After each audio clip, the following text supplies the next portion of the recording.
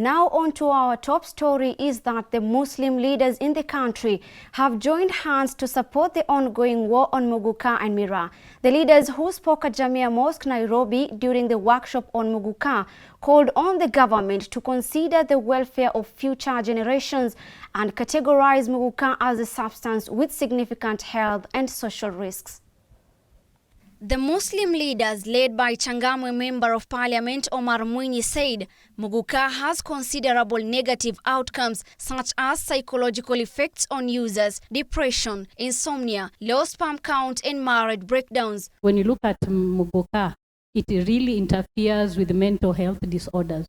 When people are already on treatment and they take the Mugoka, they can never be treated. So they are always sick, they'll never get better. So what you find is you have a client who never gets better because every time they go, they take Mugoka. If they are having schizophrenia, it only gets worse. If they have bipolar, it only gets worse.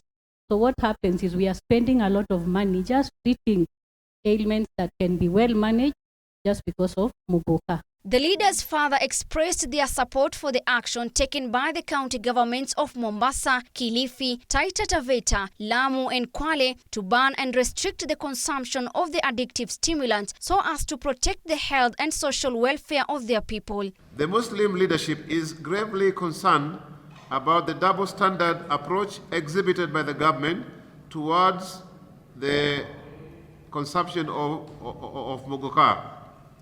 It is clearly evident that the government is more concerned with the economic benefits derived by farmers in the Mugoka producing areas while ignoring the adverse health and social effects suffered by consumers in other parts of the country.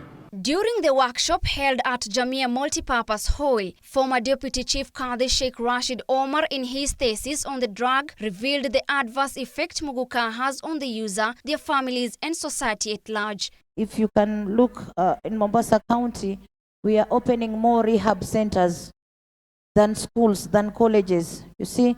So that shows you that we have a very big problem in our community. And that is why we have every reason to make sure that we unite against this product. Mombasa women representative Zamza Mohammed has been in the forefront rallying for the bill that seeks to amend the Crops Act 2013 to outlaw Miraa and Muguka. Mugoka is not in the constitution, Miraa is there. And so when we are coming out with this amendment to remove it from cash crop, definitely we'll be dealing away with Mugoka also. Otherwise, Mugoka is very different from Miraa. Even the effects, they're very different. But because they keep on insisting that it is also protected, what we know is protected is Miraa. And so that is why we are coming with this amendment to remove Miraa. When we deal away with Miraa, definitely Mugoka will be out. The Muguka and Miraa debate has moved beyond the coastal counties, with leaders from northern Kenya now joining in and throwing their weight behind their coastal counterparts.